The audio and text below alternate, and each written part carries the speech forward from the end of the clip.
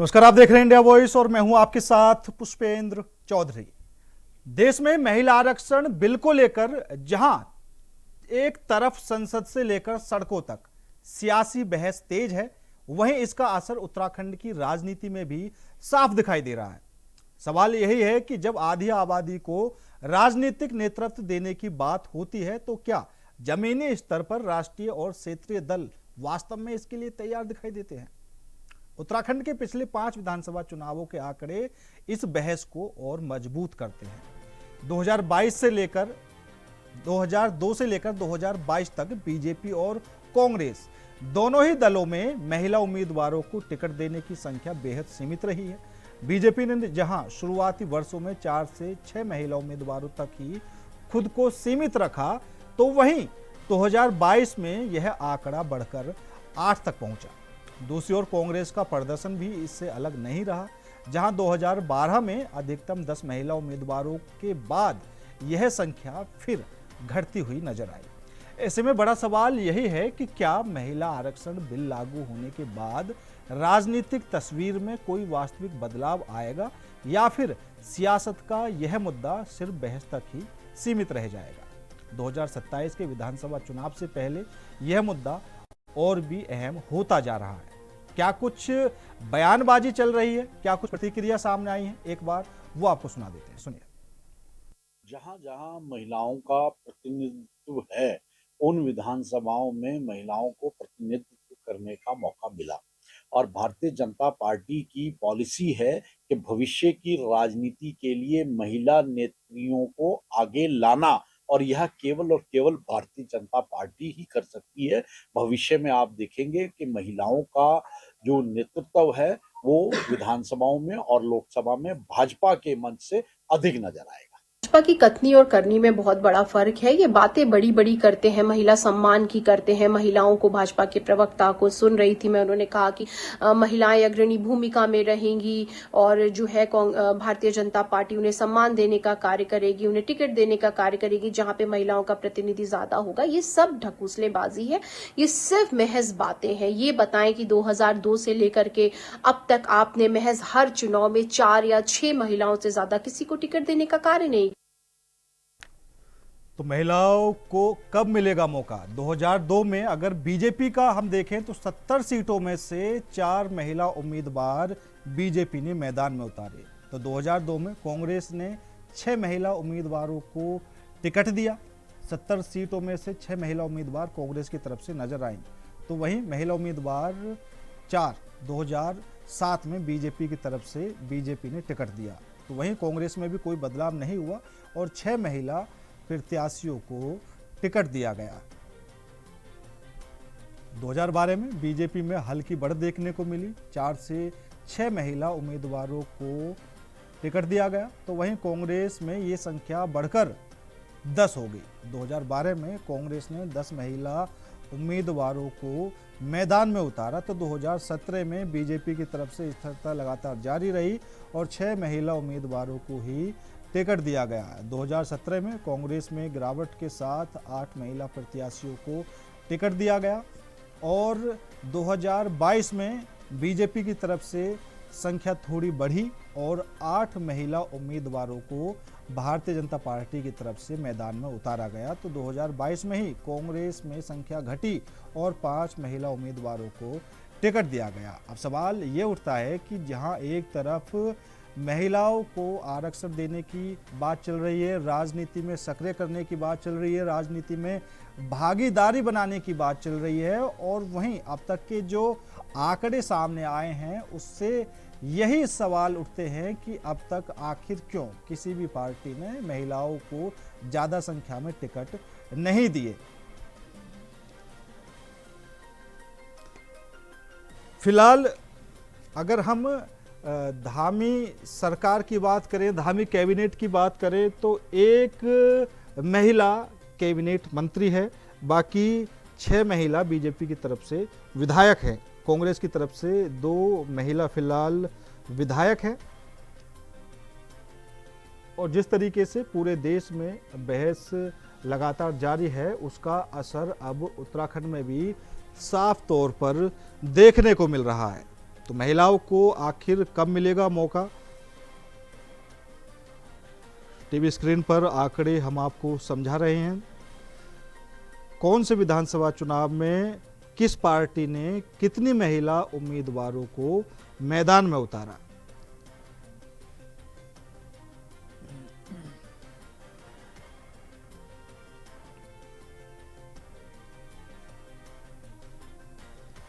तो आज इसी मुद्दे पर करेंगे चर्चा। चर्चा में शामिल होने के लिए हमारे साथ भारतीय जनता पार्टी से हनी पाठक जी और कांग्रेस से आशीष सैनी जी जुड़ चुके हैं।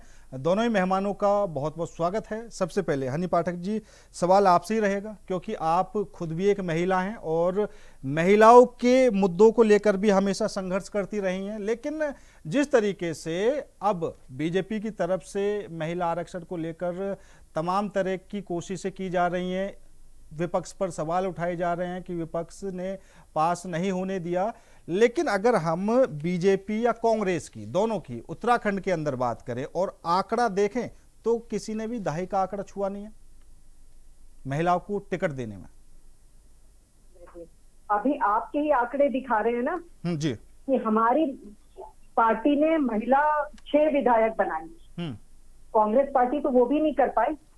परिवार की और लड़की को टिकट दिया और ऐसा ही नहीं है कि सिर्फ लड़की को ही टिकट दिया। परिवारवाद इतनी बुरी तरह हावी है कि हरीश रावत जी ने अपनी जिद करके दिल्ली में लड़ झगड़ कर अपने बेटे को भी टिकट दिलवाया और टिकट का अभी नाम की घोषणा भी नहीं हुई थी और वो अपने लड़के का पूरी तरीके नहीं, ठीक है हनी पाठक जी, वो तो मैं कांग्रेस से सवाल कर लूंगा, लेकिन अभी आप बोल रही हैं कि भाई बीजेपी ने 6 महिलाओं को विधायक तो बनाया। पहली बात तो ये कि बीजेपी ने विधायक बनाया नहीं, जनता ने उनको विधायक बनाया और आपने टिकट कितने दिए? 70 सीटों में से 8 महिलाओं को आपने टिकट दिया 2022 में। हाँ, तो मैं वो तो आ तो रही हूँ मैं उस मुद्दे पर। मैं ये कह रही हूँ हमने इतना किया तो, और धामी सरकार ने कम से कम ये तो किया ना कि 30% 36 आरक्षण महिलाओं को दिया और सहकारिता विभाग में आरक्षण दिया। 2 दीदी के माध्यम से महिलाओं को जोड़ा, ग्राम रोजगार योजना से महिलाओं को जोड़ा।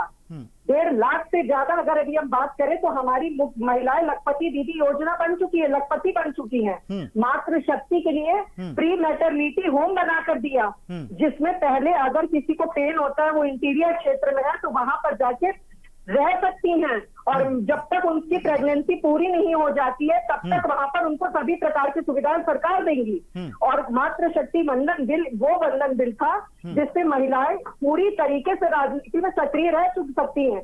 आप खुद बताइए पुष्पेंद्र जी, जब महिलाओं को ये लगेगा कि हमें ज्यादा टिकट नहीं मिल सकता है तो वो ज्यादा तैयारी नहीं करेंगी, लेकिन जब उन्हें ये पता लगेगा कि हाँ हमको इस पार्टी में या राजनीति में इतना ज्यादा आरक्षण मिला हुआ है, हम इसको यूज करें, तब वो धरातल पर राजनीति में आना शुरू करेंगी। नहीं तो वो उसको भी हल्के में लेंगे, लाइटली में लेंगे, लेकिन जब आरक्षण मिल जाएगा तो वो पूरी तरीके से सक्रियता के साथ राजनीतिक भूमिका में अपना कर्तव्य निभाएंगी। ठीक है, बिल्कुल बिल्कुल बिल्कुल सही बात है। हमारी सरकार की तो एक बात और है, हमने सभी गरीब महिलाओं के लिए महालक्ष्मी किट का भी काम किया है, सभी जगह वेंडिंग मशीन लगाने का काम किया है। तो हनी पाठक जी, मैं वो सारी बातें समझ गया। अगर राजनीति में भागीदारी की बात हो रही है, अभी धामी का कैबिनेट विस्तार हुआ, उसमें भी आप और महिलाओं को मौका भी दे सकते थे। एक कैबिनेट मिनिस्टर महिला है, दिया जा सकता था उतना दिया। हमारी कितनी दर्जाधारी मंत्री उन पे जाएंगे ना दायित्वधारियों पर, तो उसकी लिस्ट में भी साफ साफ दिखाई दे रहा है कि महिलाओं को कितना ज्यादा दायित्व दिया गया है। अच्छा, मतलब एक महिला कैबिनेट मिनिस्टर है, ये काफी ज्यादा हो गया। पुष्पेंद्र जी, मैं ये कह रही हूँ कि मैं योजनाओं के बारे में ये बैठक नहीं, सॉरी डिबेट नहीं, मुझे पता है, लेकिन महिलाओं की भागीदारी के लिए और महिलाओं की चिंता करने के लिए हमारी सरकार नहीं, हनी पाठक जी, मैं ये बोल रहा हूँ अगर आप योजनाओं की बात करें, चलिए ठीक बात है, महिलाओं को पूरा वो सब कुछ सरकार की तरफ से दिया जा रहा है जिसकी वो हकदार हैं, तो फिर क्यों परिसीमन कराने की बीजेपी बात करने से लगी हुई है? सीटों को क्यों बढ़ाने की बात करी? इसीलिए ना कि महिलाओं की भागीदारी राजनीति में ज्यादा से ज्यादा हो सके। तो आप राजनीति से जोड़कर बात कीजिए कि उनकी सीटें कम क्यों? मैं वही तो कह रही हूँ कि अगर हम परिसीमन की भी बात कर रहे हैं तो हम क्या गलत काम कर रहे हैं? आप बताइए ना पुष्पेंद्र जी। किसी भी प्रकार से हमारी महिलाओं को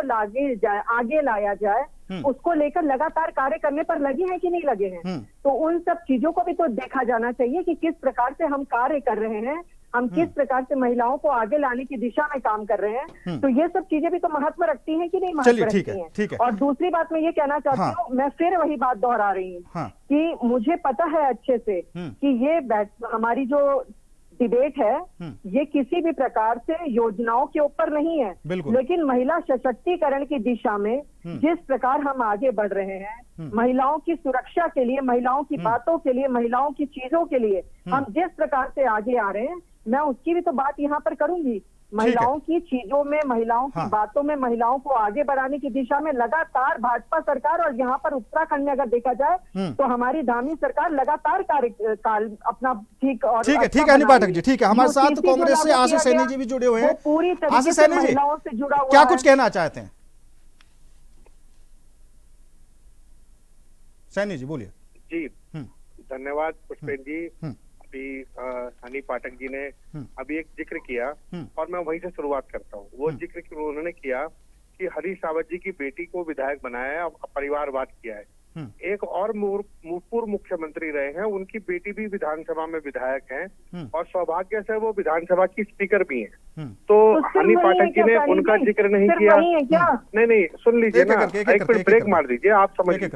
दूसरा, आपने अभी बताया कि 2022 में हम लोग महिला जो प्रत्याशी बनाए जाने में पीछे रहे। उसके एक और कारण था कि श्रीमती इंदिरा हृदय जी हमारी वरिष्ठ नेता थी, उनकी असामयिक मृत्यु हुई तो उनके पुत्र को बनाया गया, क्योंकि उनके पुत्री नहीं है तो पुत्र है। दूसरे, सरिता आर्य जी हमारी नैनीताल से विधायक हुआ करती थी, वो भाजपा में चली गई और तो संजीव आर्य लड़े तो वो विधानसभा में आ गए, तो वो प्रत्याशी के रूप में आ गए। तो हमारी 2 सीटों पे जो महिलाओं की भागीदारी थी वो कम हुई। निश्चित रूप से ये हमारे लिए गंभीर विषय था।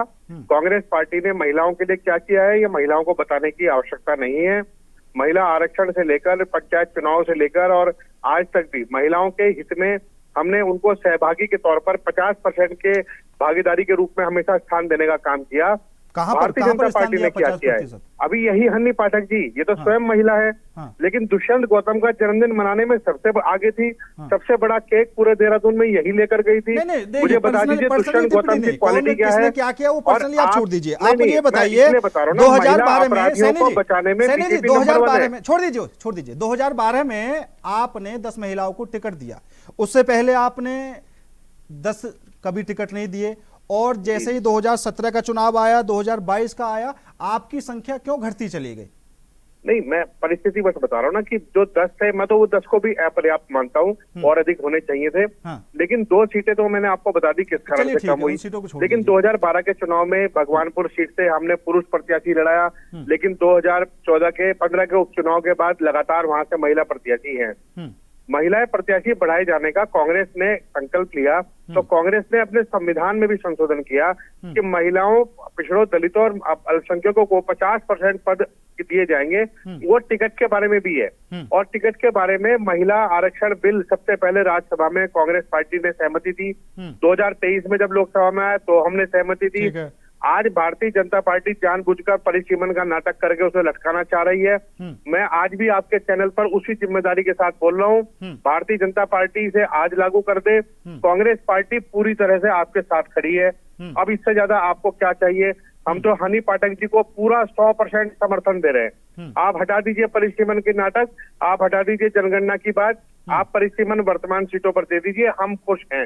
यदि कोई हमारी पार्टी के सम्मानित बिल्कुल आपकी बात ठीक है सैनी जी, आपकी बात ठीक है, हमें खुशी होगी। आपकी बात ठीक है, जो वर्तमान सीटें हैं उन पर ही लागू कर दिया जाए, जो भी आरक्षण देने की बात की जा रही है। लेकिन मैं उन्हीं स्थिति पर तो बात कर रहा हूं। अब से पहले तो किसी भी पार्टी ने बढ़ चढ़कर महिलाओं को वो हिस्सा दिया ही नहीं, बेशक बीजेपी हो या फिर कांग्रेस पार्टी हो। उत्तर प्रदेश में चलिए, पिछली बार प्रियंका गांधी ने नारा दिया लड़की हूं लड़ सकती हूं, तो उन्होंने 40-50% टिकट महिलाओं को दे दिए, ठीक है। लेकिन क्या एक एजेंडा सेट किया जाता है महिलाओं के नाम पर? नहीं, हम निश्चित रूप से एजेंडा सेट करने की बात नहीं कर रहे हैं, भागीदारी बढ़ाने की बात कर रहे हैं। तो भागीदारी बढ़ाने के लिए जो भी प्रयास किए जाएंगे, 2022 में या 17 में अगर हमने महिला प्रत्याशियों को चयन करने में कमी की है, तो हमने उस भूल को सुधार करते हुए अब आगे उसको बढ़ने का काम किया है।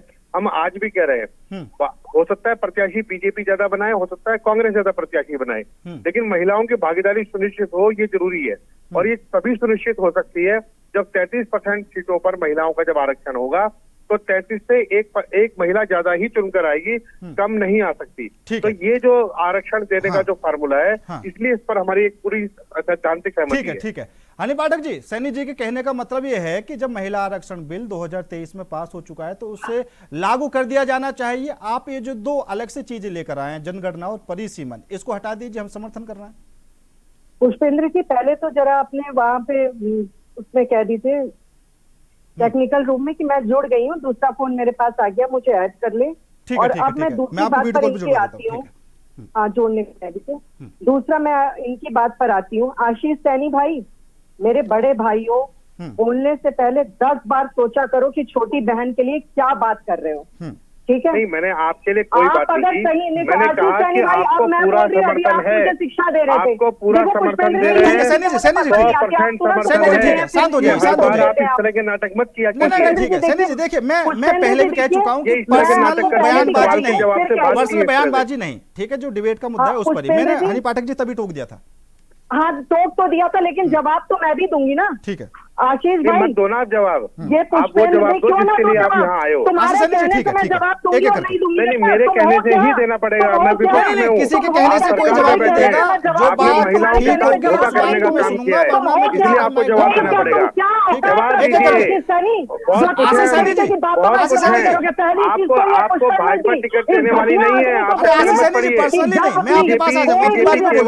हरबंस कपूर के सुनिए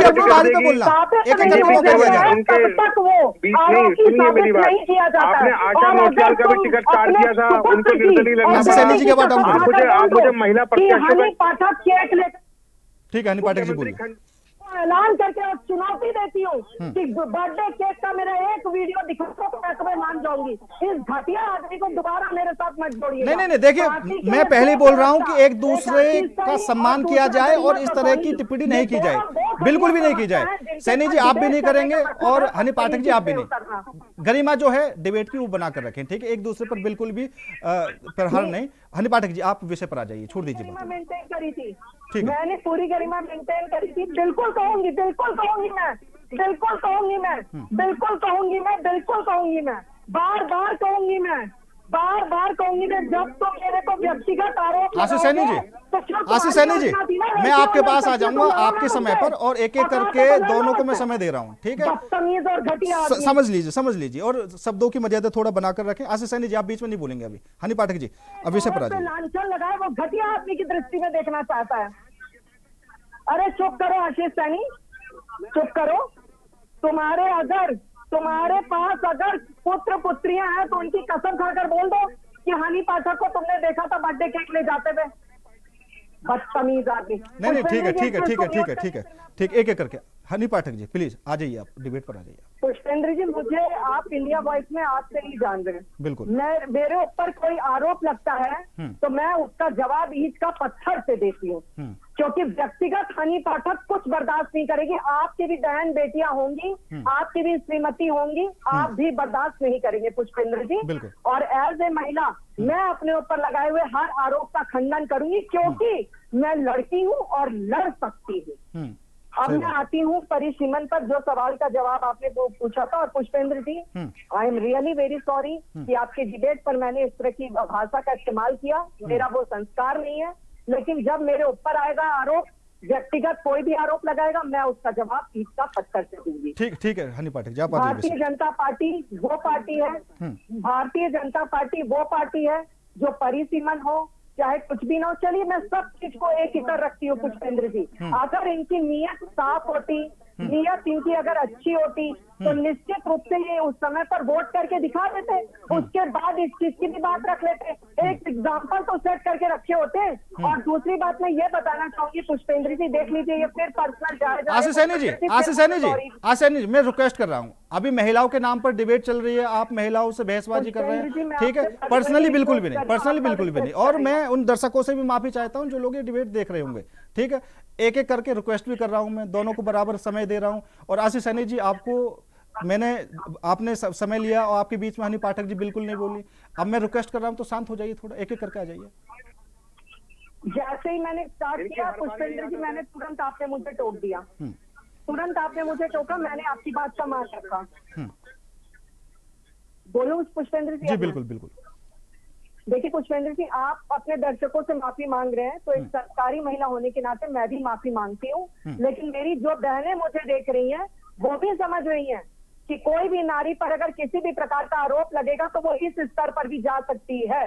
दूसरी बात मैं बताना चाहूंगी, 33% महिला आरक्षण नई सीटों के जरिए लागू लोकसभा 543 से बढ़ाकर 815 सीटें करी गई हैं। तो 815 सीटें करी गई हैं, तो 815 सीटें में आप सोचिए ना, 33% कितनी ज्यादा महिलाएं इस तरह राजनीति में आगे आएंगी। किसी मौजूदा सांसद की सीट नहीं छीनी जाएगी। जो मौजूदा सांसद देवतुल्य जनता ने बनाकर भेजे हैं उनकी सीट छीनी नहीं जाएगी। महिलाओं का अपना एक अधिकार होगा और उस अधिकार पे के तहत वो चुनाव लड़ेंगी और जीतेंगी। महिलाओं को मिलती थी अतिरिक्त सीटें बिना किसी का हक छीने, ये अतिरिक्त सीटें महिलाओं को ही मिल रही थी ना, बिना किसी का हक छीने हुए। हर राज्य का मौजूदा अनुपात होता है बरकरार, हर राज्य का जो मौजूदा अनुपात होता है उसको बरकरार रखा जाता है और कुल सीटों में बढ़ोतरी भी होती है, जिससे हम अपनी देवतुल्य जनता के पीछे घचड़ पचड़ न हो जाए। जितने कम विधानसभा के लोग रहेंगे उतना ज्यादा उनकी विधानसभा टॉप तरीके से। लेकिन हनी पाठक जी, चर्चा ये है, जो राजनीति के जानने वाले हैं उनका कहना यह है कि ये जो एक रोटेशन सिस्टम है, ठीक है, इससे जो मौजूदा उम्मीदवार हैं, जो सांसद हैं, जो विधायक हैं, उनको खतरा है कि अगर इसी स्थिति में लागू हो जाता है तो भैया हमारी सीट पर अगर महिला आरक्षण की सीट आ गई तो हमारी सीट कटेगी। अब यहां पर खेल ये चल रहा है, जो जानने वाले हैं वो क्या कह रहे हैं कि बीजेपी चाहती है कि जो विधायक हैं, सांसद हैं, वो भी बनी रहे और जो सीटें बढ़ें उसमें महिलाओं को हिस्सा दे दिया जाए। मतलब दोनों तरह से फायदा। Right answer from you. देखिए, आपने ये जवाब मुझसे पूछा है ना पुष्पेंद्र जी, पुष्पेंद्र जी मुझसे पूछा है ना जवाब, तो मैं जवाब देती हूँ। देखिए, किसी भी राज्य के साथ इसमें अन्याय नहीं होता। दूसरी बात मैं बताना चाहती हूँ, आपने बहुत जबरदस्त सवाल किया है कि सांसदों के मन में ये डर था। तो ये डर, हमारे तो सभी सांसदों ने वोट किया, इनको किस चीज का डर पड़ा था? क्या आपने सटीक सवाल इनसे पूछा है? ये मुझसे पूछा, लेकिन जवाब ये नहीं दे पाएंगे कि हमारे बादशाह को तो डर था नहीं, उन्होंने खुलकर वोट किया। लेकिन इनको अपनी सीटों से ऐसा खतरा हो रहा है कि इन्होंने वोट करना जरूरी नहीं समझा। और दूसरी बात मैं ये बताना चाहती हूँ पुष्पेंद्र जी, हमने पूरा जहां इनसे नहीं मांग लिया था, अपने हिस्से का थोड़ा सा हक मांगा था। और वो हक भी अगर ये नहीं पाते हैं तो ये किस प्रकार की बात करते हैं? ये अभी हमारे पूर्व मुख्यमंत्री की बेटी की बात कर रहे थे पुष्पेंद्र जी। अगर हमने पूर्व मुख्यमंत्री की बेटी को टिकट दिया तो हमने सरिता आर्य जी को भी दिया है, हमने रेखा आर्य जी को भी दिया है, हमने और भी महिलाओं को टिकट दिया है, हमने आशा नौटियाल जी को भी दिया है। तो हम सभी लोग किसी की तो पुत्री है नहीं, लेकिन इन्होंने तो सिर्फ और सिर्फ हरीश रावत की सुपुत्री को ही टिकट दिया है। उसके अलावा इन्होंने क्या टिकट का किसी का? अब देख लीजिए पुष्पेंद्र जी, देखो हम आपकी। चलिए ठीक है हनी पाठक जी, समय भी कम है, समय भी कम है। सैनी जी 20 सेकंड में अपना जवाब पूरा कर दीजिए, जल्दी, समय कम है। इस तरह का अहंकार और झूठ भरा हुआ है। वास्तव में इन्होंने कहा कि राज्यों का अनुपात कम नहीं होगा। परिसीमन आयोग में निश्चित रूप से जो राज्यों का अनुपात है सीटों का वो कम होगा, प्रभावित होगा, ये हमारी आशंका है। हमारा ये कहना है कि जब आपको आरक्षण देना है तो आरक्षण आरक्षण की जगह और परिसीमन परिसीमन की जगह हो। दोनों चीजों को मिलाकर इन्होंने दो काम किए। नंबर एक, ना तो वो ये परिसीमन करेंगे और ना ही आरक्षण करेंगे। भाई आप आरक्षण आज लागू कर दीजिए, एक मिनट सुन लीजिए, ये जरा ये बीमारी कम रखा कीजिए। अपने आप दूसरों के पीछे बोल रही हैं, फिर कहती है मैं बोलती नहीं हूँ। सबसे अधिक बोलने की बीमारी तो आप में। मैं पुष्पेंद्र जी ये कह रहा हूँ कि आज 2026 में आप वर्तमान सीटों पर आरक्षण कर दीजिए। 2027 में जब जनगणना हो जाएगी तो नए परिसीमन पर लागू कर दीजिएगा, हमें क्या आपत्ति है? ये क्यों एक साल भी बर्दाश्त नहीं कर पा रहे हैं? प्रधानमंत्री, चलिए ठीक है प्रधानमंत्री जी, सैनी जी समय कम है, आपका भी बहुत बहुत धन्यवाद। हनी पाठक जी आपका भी बहुत बहुत धन्यवाद मेरे साथ इस खास चर्चा में जुड़ने के लिए। लेकिन जिस तरीके से महिलाओं को कब मिलेगा मौका, और अब तक के जो विधानसभा चुनाव उत्तराखंड में हुए हैं, कांग्रेस ने 2012 में जरूर 10 महिला उम्मीदवारों को मैदान में उतारा था, लेकिन इसके बाद कभी भी दहाई का आंकड़ा ना तो बीजेपी ने और ना कांग्रेस ने महिलाओं को टिकट देने में किया। और बात चल रही है महिलाओं की राजनीति में भागीदारी को लेकर। जिस तरीके से परिसीमन के बाद सीटें बढ़ेंगी उनमें महिलाओं को भागीदारी बनाया जाएगा, और महिला सशक्तिकरण की जहां सरकार बात कर रही है वो भी यहाँ पर पूरी की जाएगी। हालांकि आगे क्या कुछ होगा और उत्तराखंड विधानसभा चुनाव में महिलाओं को कितनी भागीदारी मिलेगी, कितने टिकट मिलेंगे कांग्रेस की तरफ से या बीजेपी की तरफ से, सब कुछ देखा जाएगा। फिलहाल मेरे साथ इस खास पेशकश में था। नमस्कार।